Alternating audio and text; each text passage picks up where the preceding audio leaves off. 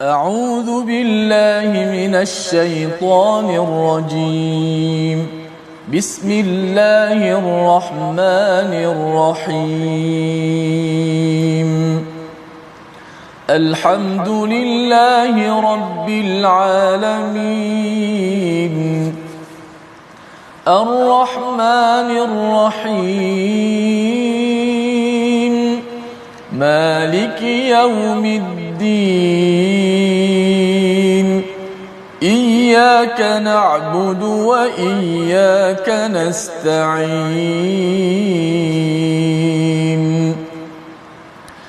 اهدنا الصراط المستقيم. صراط الذين أنعمت عليهم غير المغضوب عليهم ولا الضالين.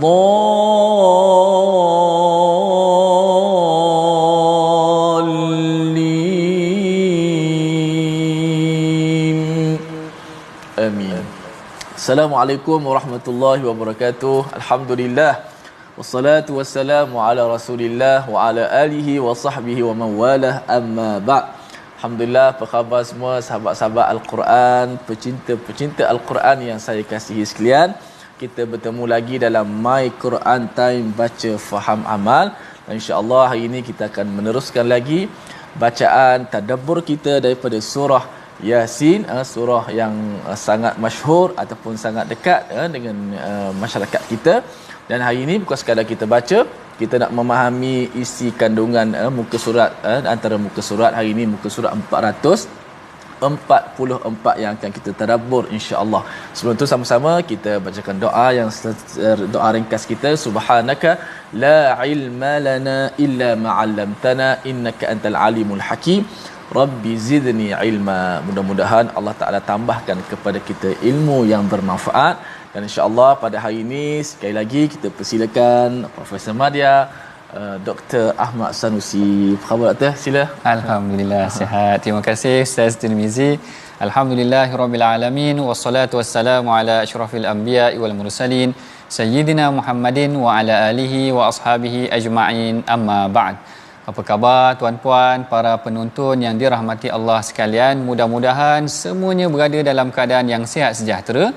Dalam musim pandemik ini, mari sama-sama kita jaga SOP, kita jaga kesihatan diri kita, dan kita bersyukur kepada Allah Ta'ala kerana Allah Ta'ala masih lagi memberikan kita ruang dan peluang untuk sama-sama bertadabbur Al-Quran, membaca Al-Quran dalam setiap keadaan yang kita ada pada hari ini.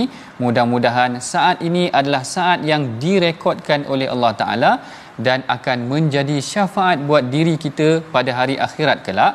Kerana apa? Kerana Rasulullah sallallahu alaihi wasallam pernah bersabda, dia kata as-siyamu wal Quran yashfa'an, iaitu dua perkara yang juga akan memberikan syafaat buat diri kita pada hari kiamat nanti, iaitu puasa kita nanti tak lama lagi kita akan puasa, dan yang keduanya adalah Al-Quran.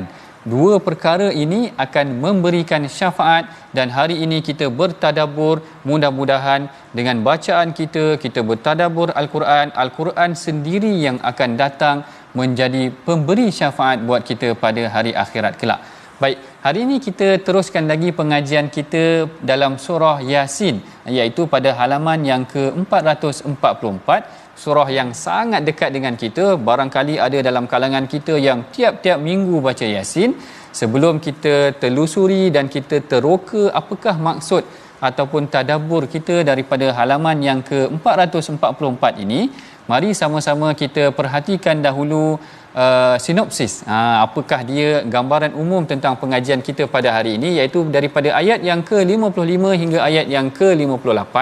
Allah Ta'ala menceritakan mengenai tentang ganjaran untuk orang muhsinin, orang yang patuh ataupun ihsan kepada Allah Ta'ala. Manakala ayat yang ke-59 hingga ayat yang ke-68, Allah Ta'ala menceritakan mengenai tentang balasan buat orang yang melakukan dosa ataupun pendosa kepada Allah Ta'ala.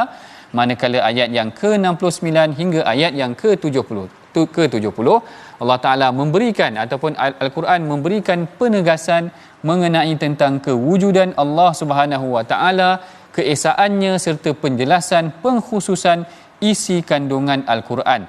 Yang itu adalah secara umum apakah perbincangan kita pada hari ini yang akan diperincikan nanti satu demi satu, insya-Allah sekiranya kita mempunyai masa. Tapi sebelum kita masuk kepada perbincangan, perincian kita, tadabbur kita berkenaan tentang halaman ke-444 ini, mari sama-sama kita bacakan dahulu. Macam saya sebutkan tadi tuan-puan, sama-sama kita baca. Sama-sama kita baca, jangan Ustaz Tirmizi seorang aja yang baca dalam TV ni ataupun dekat studio ni. Kita semua baca, kita gemakan Al-Quran seperti mana bila Nabi Daud itu bertasbih, bergema dengan dia seluruh bukit dan gunung ganang dan juga burung-burung. Hari ini kita gemakan bacaan Al-Quran bersama dengan Ustaz Tirmizi kita daripada ayat ke-55 hinggalah ayat yang ke-64, insya-Allah. Baik, alhamdulillah, terima kasih doktor di atas sinopsis dan juga mukaddimah muka surat yang akan kita baca sebentar nanti. Dan kita dah faham dah sinopsis dia pada hari ini, ganjaran untuk orang-orang yang muhsinin, orang yang melakukan kebaikan, diberikan pelbagai kenikmatan. Mudah-mudahan kita baca dengan penuh pengharapan. Moga-moga kitalah Allahumma ja'alna minhum, kitalah di kalangan orang-orang yang sibuk dalam syurga nanti kerana penuh dengan kenikmatan. Amin ya rabbal alamin. Kita baca dahulu ayat 55 hingga ayat 64 tak? Betul.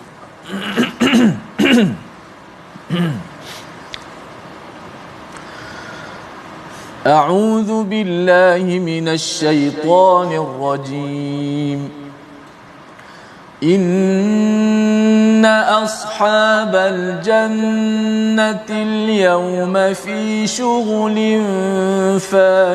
فاكهون هم وأزواجهم في ظلال على الأرائك متكئون لهم فيها فاكهة ولهم ما يدعون سلام قولا من رب رحيم وامتازوا اليوم أيها المجرمون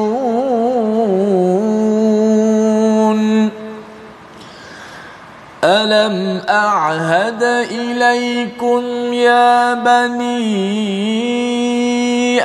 آدم ألا تعبدوا الشيطان إنه لكم عدو مبين وأن اعبدوني هذا صراط مستقيم ولقد أضل منكم جبلا كثيرا أفلم تكونوا تعقلون هذه جهنم التي كنتم توعدون اصلوها اليوم بما كنتم تكفرون صدق الله العظيم. Sadaqallahul azim. Dan pada ayat yang ke-55 Allah Ta'ala berfirman, sesungguhnya penghuni syurga pada hari itu bersenang-senang dalam kesibukan mereka. Saya suka ayat ni yang mana Allah Ta'ala menceritakan orang yang berada dalam syurga tu sebenarnya mereka sibuk. Mereka sibuk. Kalau kita dekat dunia, kita sibuk juga. Tapi kenapa Allah Ta'ala kata inna ashabal jannatil yauma fi syughulin fakihun? Orang dalam syurga itu juga nanti mereka akan sibuk. Mereka sibuk dengan apa? Mereka sibuk dengan buah-buahan. Maknanya sibuk makan. Dengar sibuk tu macam sibuk dengan amal. Bukan. Maknanya dah berakhir dah zaman beramal tu tadi Ustaz. Maknanya mereka sibuk dengan anugerah yang diberikan oleh Allah Ta'ala. Masya Allah, Allah Ta'ala berikan anugerah yang mana kalau disebutkan kat sini bersama dengan orang-orang ataupun bersenang-senang. bersenang-senang. Bahkan kalau kita tengok juga lahum fiha fakihatun, Allah Taala fakihun tu orang yang bersenang-senang, mirip juga dengan dia dalam ayat yang ke-57 Allah Taala cerita tentang fakihah, iaitu dalam syurga itu mereka sibuk, tapi sibuk bersenang-senang. Susah sebenarnya perkataan ni nak dicernakan, susah.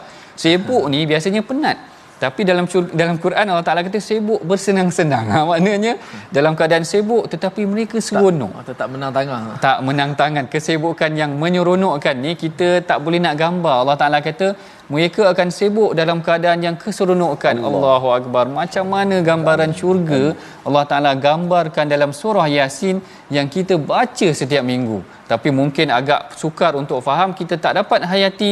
Allah Taala kata nanti orang yang beriman itu, golongan muhsin ini, golongan yang baik ini, mereka sibuk dalam syurga dengan kesenangan. Maknanya sangat sibuk, dan mereka bersama dengan pasangan mereka, hum wa azwajuhum. Mereka bersama dengan pasangan mereka. Ini ayat yang penting, mengingatkan kepada kita, kita kalau boleh nak masuk syurga bersama dengan pasangan kita, bersama dengan anak-anak kita. Kita satu keluarga nak masuk syurga, bukan kita seorang nak masuk syurga. Sebab tu kalau kita perhatikan dalam surah Taha, Allah Ta'ala didik Rasulullah agar bukan dia sahaja wa aqimis solat, bukan dia sahaja yang mendirikan solat, tetapi Allah Ta'ala kata wa'mur ahlaka bis solati, ajak anak engkau ataupun ahli keluarga engkau mendirikan salat. Apabila menghuraikan mengenai tentang ayat ini, para ulama, kalau tak silap saya Al-Imam Ibn Kathir ataupun Al-Imam Qurtubi meriwayatkan kisah ketika mana ayat Quran ini tentang arahan menunaikan salat ataupun mengajak ahli keluarga ini salat diturunkan, lalu Rasulullah mengetuk pintu rumah Fatimah. Bayangkan Fatimah ketika itu sudah berkahwin. Kita kalau anak kita dah kahwin, mungkin kita kata biarlah dia, pandailah dia hidup, dia dah ada ahli keluarga dia dah ada suami dia dan anak isteri dan sebagainya. Tetapi tidak bagi Rasulullah. Rasulullah sendiri mengajak ahli keluarganya mendirikan solat. Kerana apa? Kerana kita nak faham daripada ayat yang ke-56 ini bahawa kita nak masuk syurga bersama dengan pasangan kita, nak masuk bersama dengan ahli keluarga kita. Tuan-puan ingat tak lagi saya pernah ceritakan kepada tuan-puan kisah daripada Saidina Abu Hurairah. Abu Hurairah ini tuan-puan, orangnya adalah orang yang rajin bangun malam. Dia tidak tinggal bangun malam. Dia kata kepada para sahabat, dia kata ausani khalili bithalas, kekasih aku berpesan kepada aku 3 perkara, iaitu kekasih dia adalah Rasulullah. Rasulullah pesan kepada dia 3 perkara, iaitu salah satunya adalah dia tidak meninggalkan witir ataupun mendirikan malam tersebut.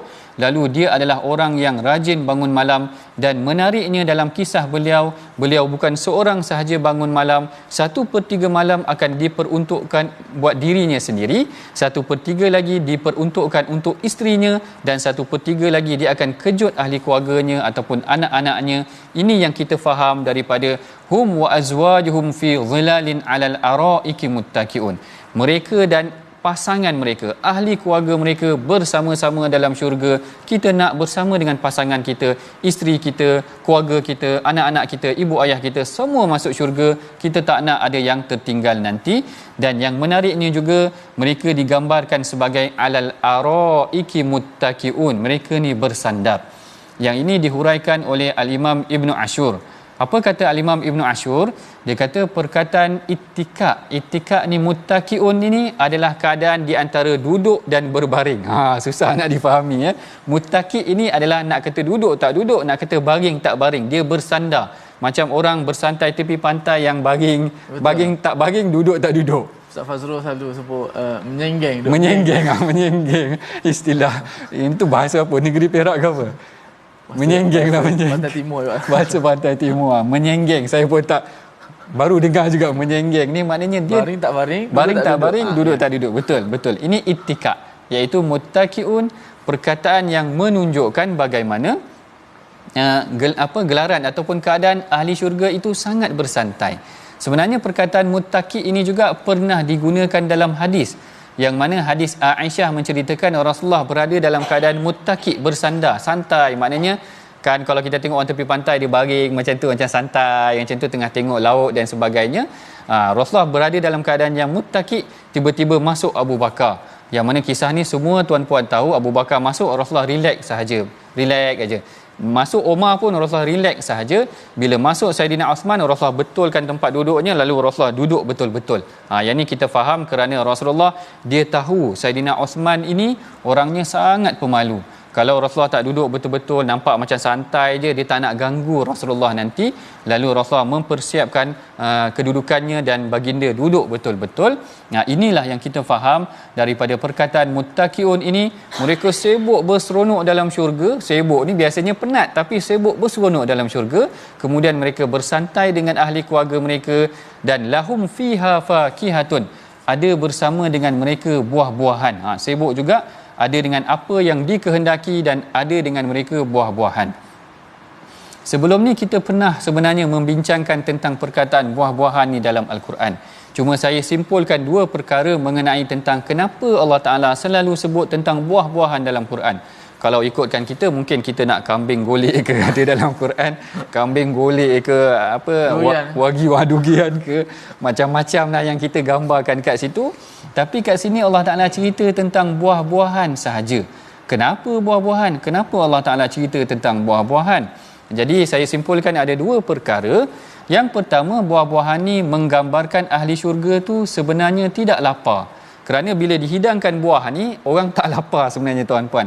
Kalau kita lapar, orang tak hidang buah. Contoh macam tengah hari ni, saya tengah lapar. Tiba-tiba saya datang rumah Ustaz Tirmizi bagi buah ciku, dia katakan, wah tak kenyang macam ni. Orang lapar, dia nak makan kambing, katakan macam tu kan. Maknanya syurga tu nanti orang tak lapar.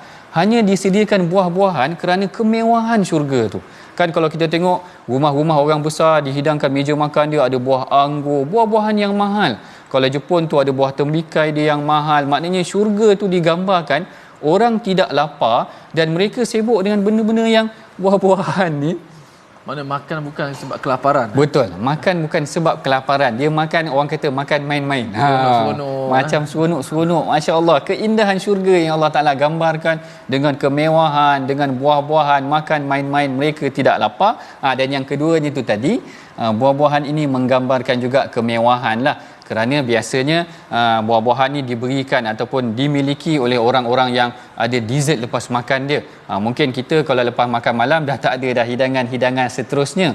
Mungkin kalau orang-orang yang mewah itu, dia ada starter dia dulu, makan dengan sup dulu. Sup sarang burung ke apa-apa sup lah. Kemudian datang dia punya pembantu ambil ganti pula hidangan seterusnya macam dekat hotel tu. Sehinggalah kepada dessertnya itu tadi menggambarkan sebenarnya buah-buahan adalah kemewahan dan penduduk ataupun ahli syurga itu sebenarnya tidak lapar.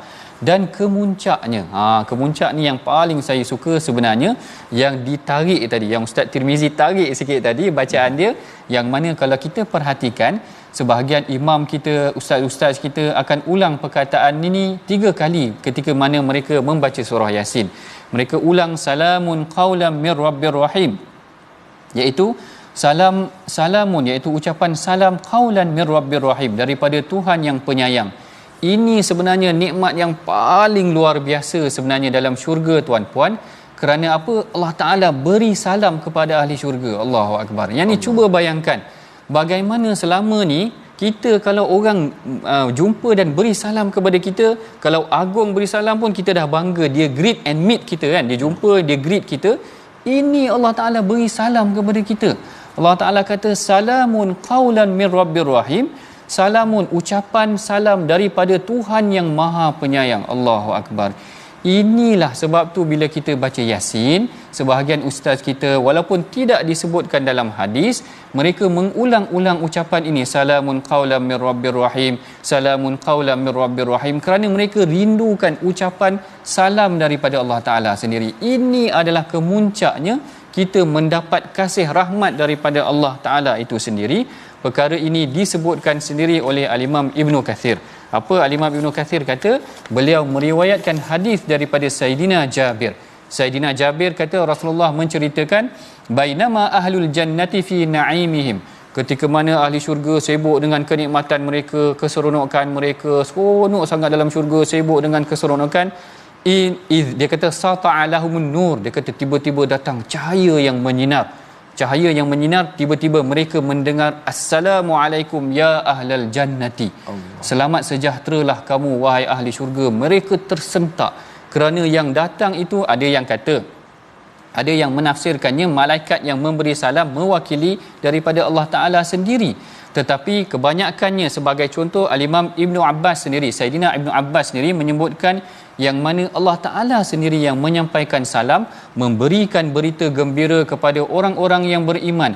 Kamu telah bersusah payah di muka bumi, kamu telah berjuang untuk Al-Quran, kamu telah mempertahankan Al-Quran, sekarang ni Allah Ta'ala beri salam kepada kamu. Allahu Akbar. Itulah kemuncaknya Allah Ta'ala redha ke atas mereka yang berada dalam syurga. Inilah yang sangat dirindui oleh orang-orang yang beriman.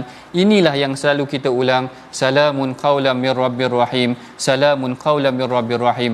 Mudah-mudahan kita tergolong tuan-puan dalam golongan orang yang menerima salam daripada Allah Ta'ala itu sendiri, yang sentiasa kita ulang. Mudah-mudahan kita sendiri yang akan mendapat nikmat tersebut. Baik, kita telah hampir sampai ke fasa pertama punya perbincangan, fasa awal punya perbincangan. Sebelum kita berhenti rehat seketika, mari sama-sama kita perhatikan dahulu perkataan pilihan kita pada hari ini, iaitu syaghala. Kita sebutkan dah tadi perkataan syaghala, iaitu sibuk. Sibuk mengerjakan sesuatu, yang mana perkataan ini disebutkan dua kali, sebanyak 2 kali di dalam Al-Quran. Kalau di dalam surah Yasin ini, ayatnya adalah pada ayat yang ke-55, yang menyebutkan mengenai tentang ahli syurga itu mereka berada dalam kesibukan yang bersenang lenang, keseronokan dalam syurga dan sebagainya. Ini menunjukkan tentang nikmat yang Allah Ta'ala berikan kepada mereka. Kemuncak yang saya bincangkan, kita sebutkan tadi, bagaimana mereka ini menerima salam daripada Allah Ta'ala. Maka saya kira ucapkanlah perkataan ini selalu, ucapkanlah perkataan ini banyak kali. Mudah-mudahan kita hayati dan mudah-mudahan kita boleh ambil pengajaran daripada perbincangan kita pada hari ini. Kita berhenti berehat dahulu seketika, insya-Allah.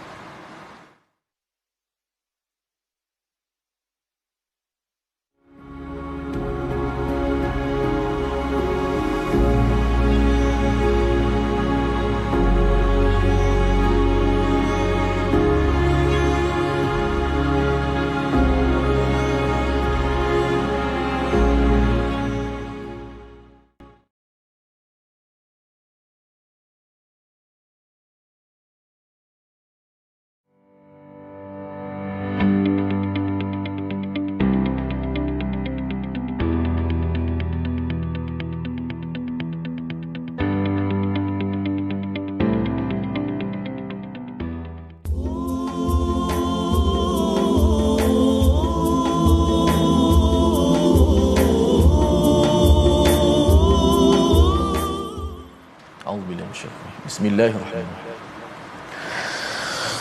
Inna ashabal jannatil yawma fi syughulin fakihunahum wa azwajuhum fi dhilalin 'alal araiki muttaki'un lahum fiha fakihatun wa lahum ma yad'un salamun qawlan min rabbir rahim. Sadaqallahul azim. Inilah petikan ayat daripada surah Yasin yang telah kita baca dan tadabbur tentang penghuni syurga yang bersibuk-sibuk dalam syurga kerana penuh dengan kenikmatan. Allah berikan apa sahaja yang diinginkan oleh penghuni syurga, dan yang paling hebat mengatasi apabila kita mendapat salam penghormatan, salam daripada Rabbir Rahim, daripada Tuhan semesta alam. Mudah-mudahan kita doakan kita di kalangan mereka insya-Allah. Allah maj'alna min ahlil jannah. Ya Allah, jadikanlah kami sebagai penghuni syurga. Kita nak masuk syurga daripada awal. Mudah-mudahan kita dijauhkan daripada siksaan neraka. Alhamdulillah sahabat-sahabat, terus setia dalam My Quran Time baca faham amal. Sudah pasti sahabat-sahabat semua ingin tak sabar nak belajar. Bahagian kedua pula tadi dah seronok. Ini ayat berupa peringatan yang besar juga untuk kita baca. Sebelum tu jom sama-sama kita belajar sedikit tajwid pada hari ini dalam muka surat 444 ni, juga pada ayat salam qaulan min rabbir rahim, sempurnakan hukum ikhfa dan idgham yang terdapat dalam ayat yang pendek ini, ayat 58. Salamun qaulan min rabbir rahim. Yang pertama, ikhfa'nya di mana? Tanwin bertemu dengan qaf. Salamun qaula. Dengung. Kemudian qaulam min. Tanwin berjumpa dengan min. Maksudnya idgham ma'al gunnah, juga kena panjangkan gunnahnya. Kemudian mir rabbir rahim. Ada dua pula idgham bila gunnah. Idgham bila gunnah maknanya kita faham idgham masukkan nun ke dalam ra selepas itu, ataupun tanwin dengan tanpa gunnah. Mir rabbir rahim. Tak boleh baca min rabbir rahim, tak boleh masuk hidung. Kerana nun, walaupun nun mati, walaupun tanwin tak boleh masuk hidung di situ, sebab nun itu telah dimasuk secara total semuanya ke dalam huruf ra yang berlaku idgham bila gunnah. Salamun qaulan mir rabbir rahim. Salamun qaulan mir rabbir rahim. Salam sebagai ucapan penghargaan daripada Tuhan yang Maha Penyayang. Wallahu a'lam.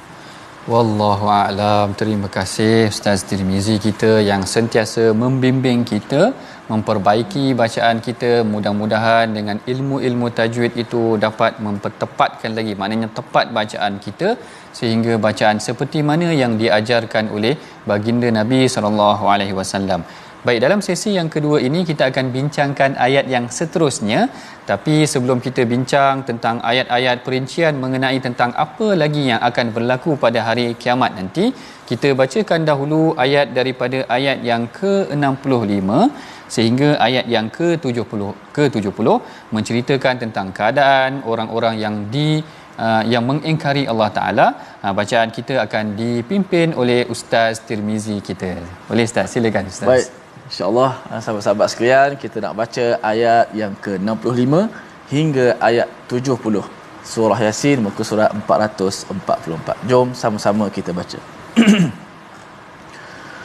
A'udzubillahi minasyaitonirrajim. اليوم نختم على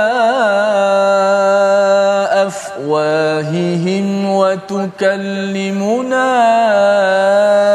أيديهم وتشهد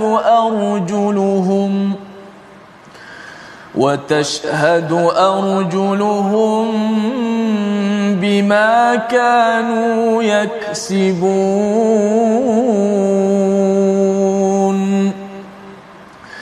ولو نشاء لطمسنا على أعينهم فاستبقوا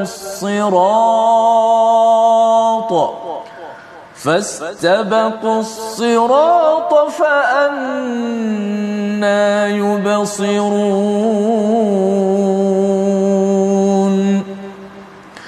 ولو نشاء لمسخناهم على مكانتهم فما استطاعوا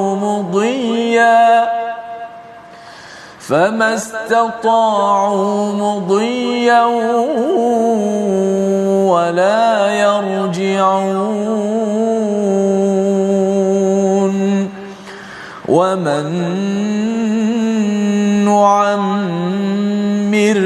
ننكسه في الخلق أفلا يعقلون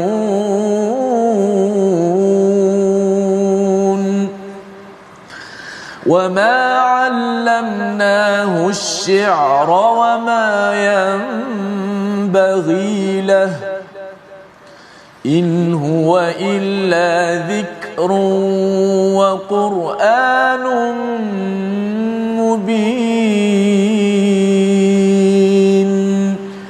لينذر من كان حيا ويحق القول على الكافرين.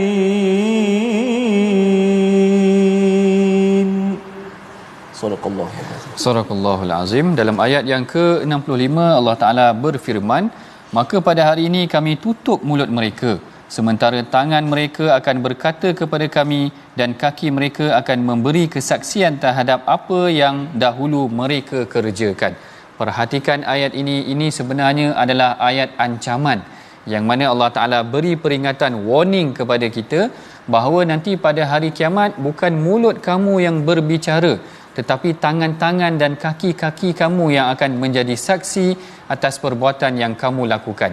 Kalau kita tengok fasa awal tadi, kita bincangkan tentang kenikmatan, keseronokan ahli syurga, seronoknya mereka disibukkan dengan keseronokan di dalam syurga.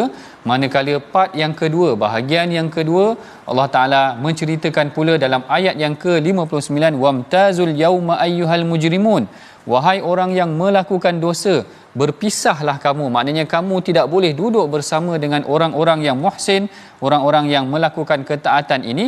Kerana apa? Yang ni menariknya daripada ayat yang ke-60 sampai ayat yang ke-64. Allah Ta'ala menceritakan 3 sebab yang memisahkan antara ahli syurga dan ahli neraka. Apa sebab yang pertama? Sebabnya Allah Ta'ala kata, alam a'had ilaikum ya bani adama alla ta'budu syaitan. Allah Ta'ala dah ingatkan kepada kita, janganlah kamu, kalau ikutkan ayat di sini, ta'budu syaitan, maksudnya menyembah syaitan. Tetapi kalau kita perhatikan hari ini, ada 2 penafsiran. Maknanya yang pertama yang kita boleh tadabbur, memang ada benar-benar orang yang menyembah syaitan, iaitu orang yang menyembah secara fizikalnya, dia sembah perkara yang dia tidak nampak, yang selain daripada Allah Ta'ala. Manakala penafsiran yang kedua adalah ta'budu syaitan ini adalah dia mengabdikan dirinya kepada selain daripada Allah, iaitu kepada unsur-unsur yang jahat. Ibadah kepada syaitan ini, ta'budu syaitan ini bukanlah mungkin dia bererti dia sujud secara fizikal kepada syaitan, tetapi dia mengikuti bisikan syaitan yang syaitan bisikkan ke dalam hatinya. Inilah yang Allah Ta'ala kata, ara'aita man ittakhadha ilahahu hawa. Betul Ustaz Maknanya ada dalam kalangan kita yang menjadikan jiwanya, nafsunya sebagai Tuhan, lebih tinggi daripada apa yang diperintahkan dalam Al-Quran. Dalam Al-Quran Allah Ta'ala kata begini, tetapi dia meletakkan nafsunya yang lebih tinggi, menyebabkan dia mengenepikan Al-Quran. Apa yang Al-Quran perintahkan, dia ketepikan. Al-Quran kata jangan makan makanan yang haram, jangan ambil duit rasuah, jangan suap orang ketika macam-macam lah pilihan raya dan sebagainya. Dia buat perkara-perkara yang ditegah ni tadi, lalu seakan-akan dia mengenepikan Al-Quran. Jadi kita tidak mahu tergolong dalam golongan yang sedemikian. Maknanya maksud ta'budu syaitan ini bukan sekadar menyembah syaitan sedemikian, tetapi menjadikan bisikan syaitan itu sebagai bisikan yang melanggar perintah daripada Allah Ta'ala itu sendiri, sehingga perlakuannya seakan-akan bercanggah dengan apa yang Allah Ta'ala perintahkan. Sedangkan Allah Ta'ala ingatkan kita, innahu lakum aduwwum mubin, sesungguhnya syaitan itu adalah musuh yang nyata. Itu yang pertama. Mereka ini dipisahkan daripada ahli syurga kerana mereka ini banyak ikut syaitan, banyak mengikut bisikan-bisikan syaitan, banyak mengikut perlakuan yang jahat. Dalam keadaan tengok nanti dalam bulan puasa, orang sibuk berpuasa. Orang sibuk berpuasa ni maksudnya sampai orang banyak melakukan ibadah sehingga pintu syurga terbuka kerana banyak pahala dinaikkan, dan pintu neraka tertutup kerana orang kurang melakukan kejahatan. Sampai kurangnya kejahatan tu pintu neraka tertutup. Tapi ada dalam kalangan kita yang mengikuti bisikan syaitan. Dia tengah hari lagi dia dah terikut dengan bisikan syaitan. Dia ajak kawan-kawan dia makan ke, duduk di belakang kedai dan sebagainya. Perkara-perkara ni kita tak nak berlaku. Persiapan kita tuan-puan, dah tak lama dah lagi kita akan menyambut Ramadan. Persiapannya jangan terikut dengan bisikan syaitan. Tahan diri kita kalau kita berkehendakkan kepada nikmat yang Allah Ta'ala akan berikan dalam syurga itu nanti. Dan kemudian Allah Ta'ala kata yang keduanya, pertama tadi mereka ni dipisahkan, tak dapat masuk syurga kerana mereka mengikut syaitan. Yang keduanya Allah Ta'ala perintahkan wa ani'buduni, dan sembahlah aku. Maknanya pengabdian kita memang hanyalah untuk Allah. Kalau kita hidup pun hanyalah hidup kita ni untuk Allah. Kan kita dah selalu ikrarkan dalam solat kita, inna salati wa nusuki wa mahyaya wa mamati lillahi rabbil alamin. Kita selalu ungkapkan sedemikian. Even kalau kita bekerja pun tuan-puan, kita niatkan pekerjaan ini untuk menyara ahli keluarga adalah untuk Allah. Kerana Rasulullah suka seorang lelaki yang berpenat-penat untuk memberikan ahli keluarganya sumber rezeki. Itu pun golongan yang disukai oleh Allah Ta'ala. Maknanya perlakuan dia, segala apa yang dia lakukan hanyalah untuk Allah Ta'ala. Wa ni'buduni hadza siratum mustaqim. Itu punca yang kedua yang menyebabkan kita tidak dapat untuk masuk ke syurga dan dipisahkan daripada ahli syurga tersebut. Dan yang ketiganya yang menarik juga yang Allah Ta'ala ceritakan dalam ayat yang ke-62, Allah Ta'ala kata walaqad adalla minkum jibillan katsira afalam takunu ta'qilun. Allah Ta'ala kata dan sesungguhnya ia syaitan telah menyesatkan sebahagian besar di antara kamu, maka apakah kamu tidak mengerti? Apabila Allah Ta'ala menyebutkan tentang jibillan kathira, ada kelompok yang banyak, kadang-kadang kita terkeliru. Kita nampak orang ramai buat begitu, tak apa kot buat begitu. Kerana kita nampak orang itu ramai, tetapi kita tak siasat dahulu. Apakah benar apa yang mereka lakukan? Apakah apa yang mereka lakukan ini benar-benar telah digariskan oleh Rasulullah?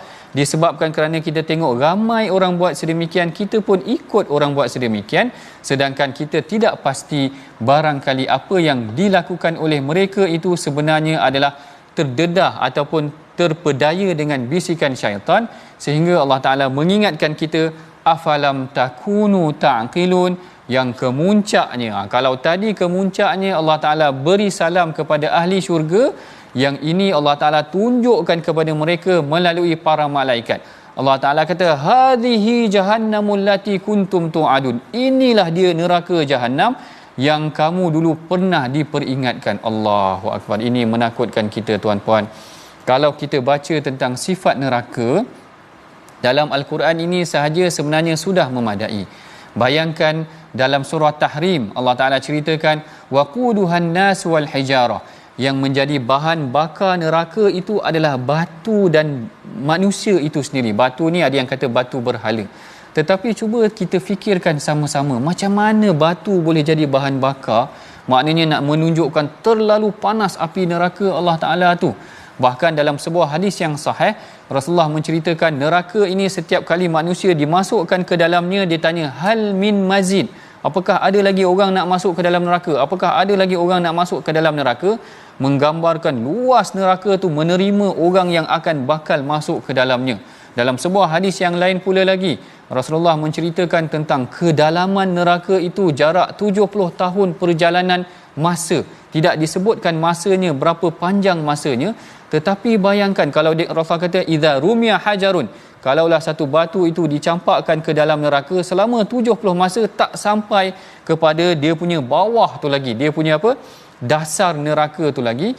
Dan orang yang paling bawah tu nanti adalah orang munafik yang memperolok-olokkan dan mendustakan Islam itu sendiri. Bayangkan luasnya neraka, dalamnya neraka, panasnya neraka. Kalau kita ulangi ni setiap minggu, tidakkah hati kita ni tersentuh tuan-puan? Tadi kalau kita tersentuh membacakan ayat salamun qaulam mir rabbir rahim, tidakkah kita tersentuh bila Allah Ta'ala kata hadhihi jahannamul lati kuntum tu'adun? Inilah dia neraka jahannam yang telah kamu diperingatkan tentang dia. Neraka yang Rasulullah pernah ceritakan seringan-ringan bebanan ataupun seringan-ringan azab neraka itu dipakaikan sepatu daripada neraka. Ini bukan sepatu Ustaz Tirmizi, sepatu daripada neraka.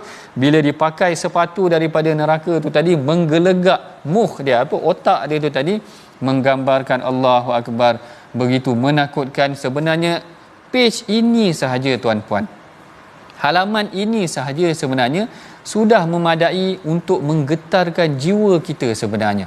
Ayat-ayat tentang Allah Ta'ala cerita tentang syurga, ayat-ayat Allah Ta'ala cerita tentang neraka. Kemudian Allah Ta'ala kata islauhal yaum, masukkanlah mereka tu semua, bima kuntum takfurun, kerana apa yang mereka engkarkan ataupun kufur kepada Allah Ta'ala. Ini dua kategori yang berbeza. Satu kategori mereka yang dimasukkan ke syurga, bersenang-senang dalam syurga, bersibuk dengan kesenangan bersama ahli keluarga mereka setelah mereka bersusah payah di dunia. Manakala golongan yang kedua, golongan yang terpedaya dengan syaitan, golongan yang tidak menjadikan pengabdian dirinya kepada Allah, dan juga golongan yang mengikut golongan yang ramai yang terpedaya dengan syaitan ini, akhirnya mereka dicampakkan ke dalam neraka. Ini yang kita tidak mahu, dan akhirnya Allah Ta'ala memberikan satu situasi yang lain dalam ayat yang ke-65 yang dibacakan oleh Ustaz Tirmizi tadi, menceritakan suasana yang berbeza, bagaimana kehakiman itu akan dijalankan di sisi Allah Ta'ala, iaitu mulut mereka tidak boleh menjadi peguam bagi diri mereka. Mulut dah tak boleh nak bercakap. Al-yawma nakhtimu ala afwahihim wa tukallimuna aydihim. Yang bercakap adalah tangan-tangan mereka. Yang ini sebenarnya tuan-puan, dulu mungkin kita terfikir, macam manalah tangan ni nak bercakap, macam manalah kaki ni nak menjadi saksi. Tapi hari ni tuan-puan, tangan-tangan ini yang berbicara. Dalam media sosial, orang tak bercakap dengan mulut dah. Orang tulis apa yang terungkap dalam isi hati dia.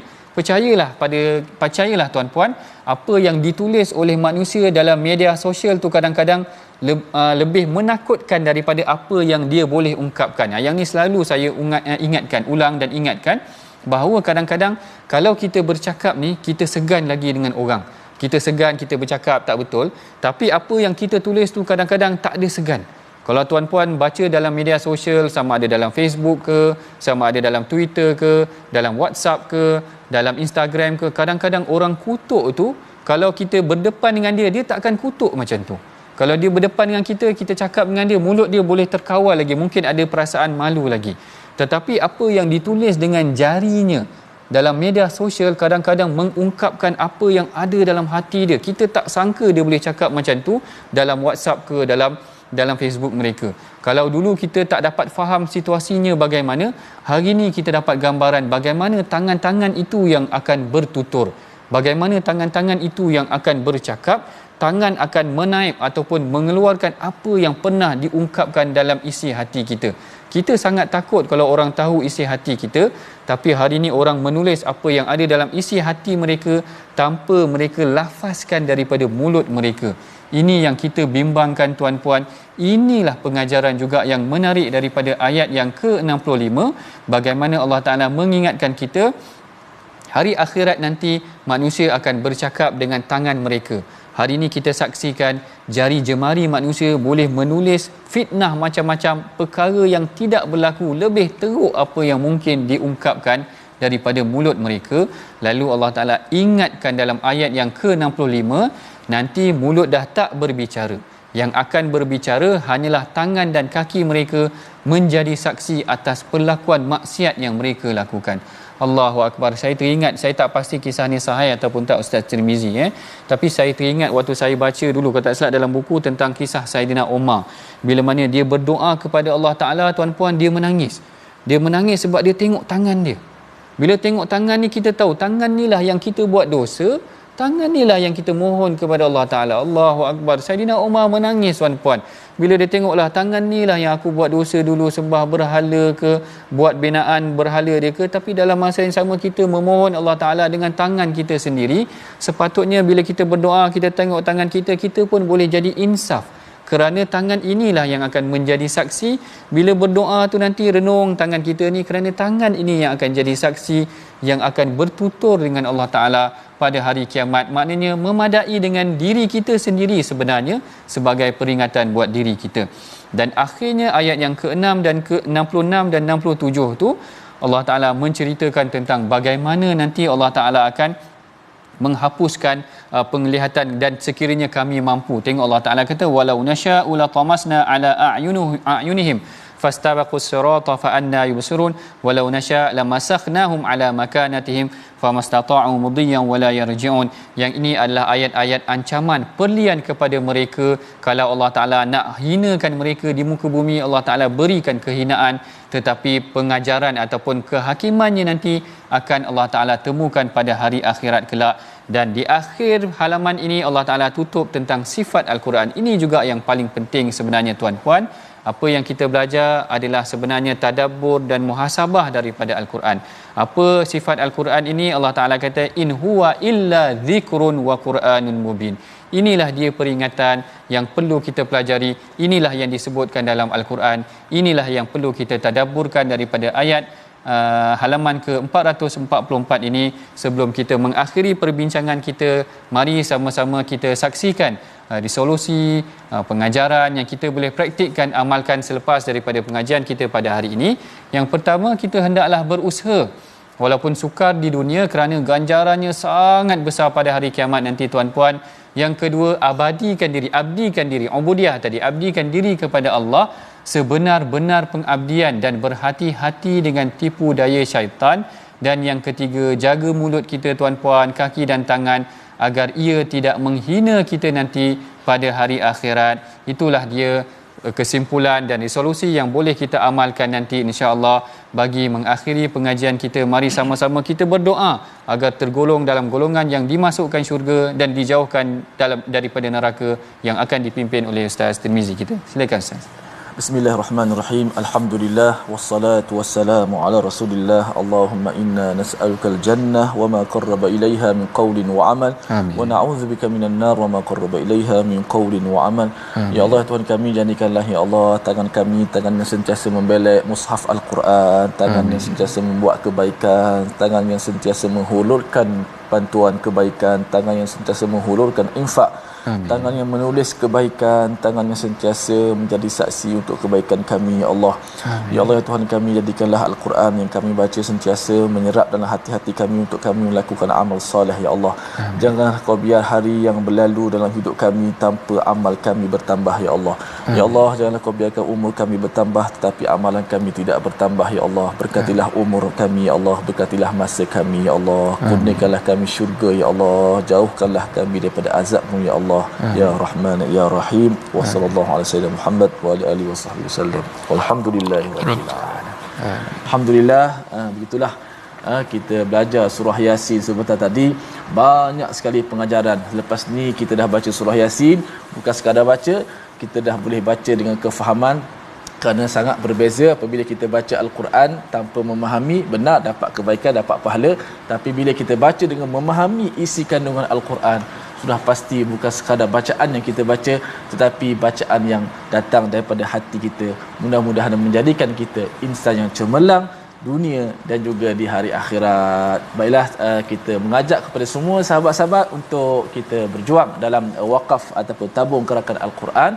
Moga-moga infak kita, tangan kita menjadi saksi kepada kebaikan yang kita lakukan. Jangan lupa saksikan ulangan My Quran Time malam ini dan juga esok pagi, dan sentiasa untuk cuba kita istiqamah dalam kebaikan dan saksikan My Quran Time, baca faham amal. Assalamualaikum warahmatullahi wabarakatuh.